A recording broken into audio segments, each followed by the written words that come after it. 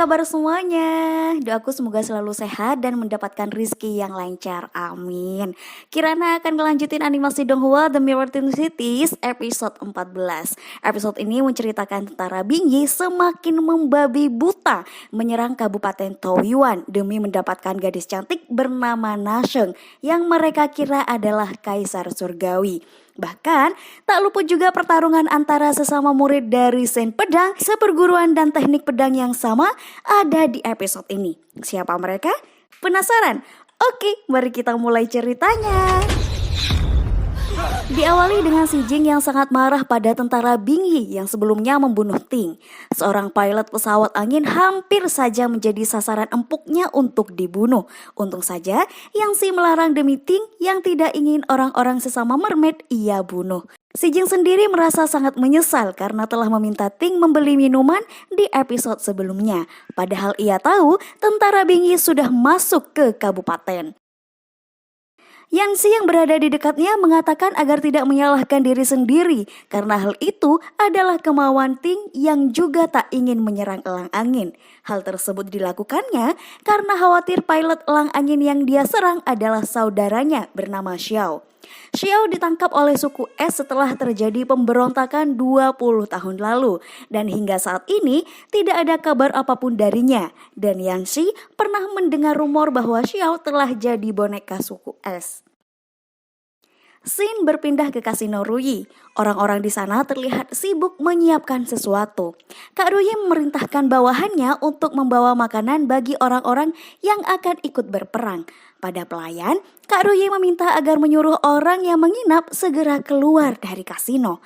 Tapi mengingat keadaan yang sangat tidak baik, pelayan sangat ragu untuk menurutinya. Akhirnya, demi keselamatan para tamu penting yang telah membantu keuangan kasino, Murong mempunyai ide agar membawa mereka ke kediaman gubernur timur kota Taoyuan untuk berlindung. Maka dengan begitu, gubernur akan senantiasa menerima tamu-tamu itu. Dan kebetulan sekali, Kak Ruyi punya teman baik di sana yang dapat memudahkan tamu-tamunya untuk masuk. Murong juga akan membantu berbicara pada tamu-tamu agar mau pindah ke tempat lain. Sementara di luar, warga sipil mendapat serangan dari tentara Bingyi, dari udara maupun dari darat. Para tentara membunuh siapa saja yang mereka temui tak pandang bulu, mulai dari orang dewasa, orang tua, bahkan anak kecil sekalipun. Nasheng yang sebelumnya mengejar Si Jing keluar, melihat kekacauan yang sedang terjadi di kota tersebut. Panah-panah bertebaran ke sana kemari.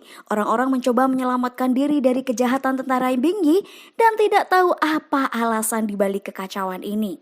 Tiba-tiba, ia melihat anak kecil yang menangis berlari sendirian. Waktu itu ia juga melihat panah-panah akan mengarah pada anak kecil tersebut.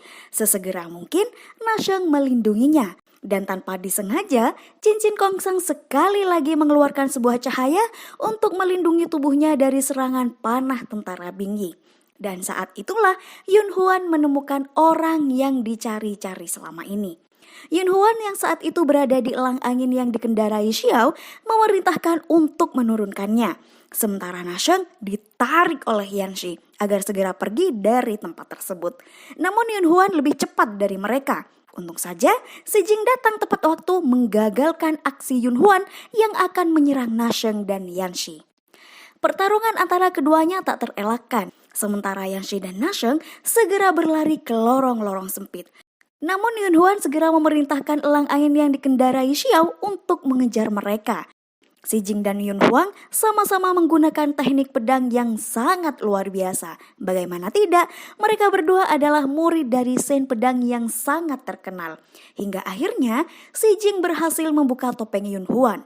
Si Jing menanyakan identitasnya, yang ternyata adalah murid ketiga sekaligus terakhir dari Sen Pedang. Berbeda dengan Si Jing yang merupakan seniornya sebagai murid pertama.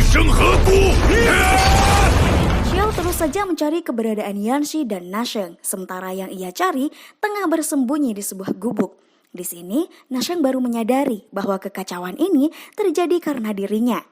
Dia sadar bahwa tentara Chang Liu mengincar dirinya yang memakai cincin kaisar surgawi. Padahal dia tidak ingin semua itu terjadi.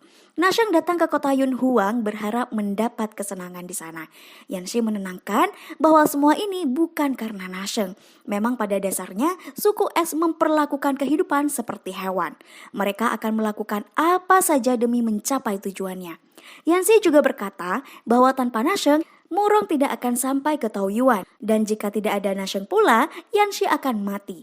Dengan adanya Nasheng, kekuatan Kaisar Surgawi dapat sedikit membantu dalam kekacauan ini. Bahkan hubungan mermaid dan surgawi yang buruk selama ribuan tahun bisa perlahan mereda. Hingga Yanxi berharap ada kebahagiaan di masa akan datang. Mereka berdua pun pergi mencari tempat yang lebih aman. Xiao yang berada di udara memerintahkan semua elang angin menurunkan tentara ke daratan untuk memblokir pintu masuk. Hingga suaranya terdengar oleh Yanxi yang ia rasa sangat mirip dengan Ting. Dan episode ini berakhir. Nantikan episode berikutnya hanya di Mimin Story. Aku Kirana pamit undur diri. Sampai jumpa. Bye. Muah. Jangan lupa subscribe.